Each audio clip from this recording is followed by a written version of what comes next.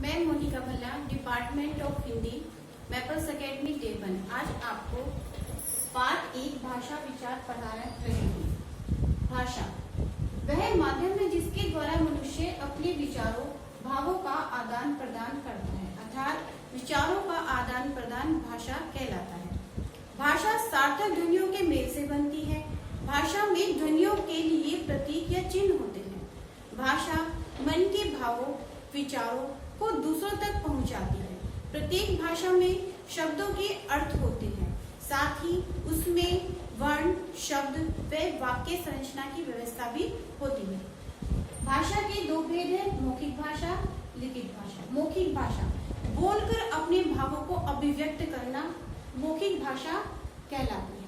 मनुष्य ने पहले बोलना सीखा, अतः वह भाषा का मूल रूप है।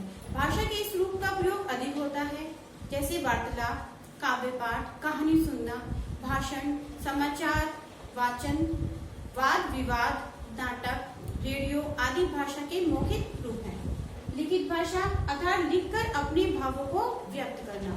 लिखित भाषा का जन्म मौखिक भाषा के बहुत समय बाद हुआ।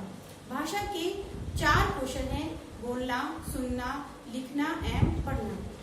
पत्र, समाचार पत्र, पत्रिकाएं, लेख, कहानी, ईमेल आदि भाषा के लिखित रूप हैं। मातृभाषा मातृभाषा माँ द्वारा प्राप्त भाषा, वह भाषा जिसे बालक अपनी माँ तथा परिवार से सीखता है। राष्ट्रभाषा राष्ट्र प्लस भाषा अर्थात राष्ट्र की भाषा। देश के अधिकांश नागरिक जिस भाषा का प्रयोग करते हैं उसे राष्ट्रभाषा कहते हैं। राजभाषा राज प्लस भाषा अर्थात राजकाज की भाषा, वह भाषा जिसका प्रयोग देश के कार्यालयों में कामकाज के लिए किया जाता है। संपर्क भाषा संपर्क प्लस भाषा अर्थात संपर्क की भाषा, वह भाषा जिसका प्रयोग देश के निवासी आपस में संपर्क करने के लिए करते हैं। भारत की संपर्क भाषा हिंदी है, विश्व की संपर्क भाषा अंग्रेजी है। मानक भाषा भाषा के जिस रूप को शिक्षित जन द्वारा प्रयुक्त व विद्वानों द्वारा स्वीकृत किया जाता है उसे हम मानक भाषा कहते हैं। बोली भाषा का क्षेत्रीय रूप बोली कहलाता है। भाषा का यह अल्प विकसित रूप होता है, अतः बोलचाल में प्रयोग किया जाता है। उपभाषा जब बोली का क्षेत्र थोड़ा बड़ा हो जाता है। बोलियों में साहित्य की रचना नहीं होती, परंतु भाषा में साहित्य की रचना होने लगती है। एक भाषा की कई बोलियां हो सकती हैं, जैसे अवधी, ब्रज, राजस्थानी। बोलियों में साहित्य की रचना हुई।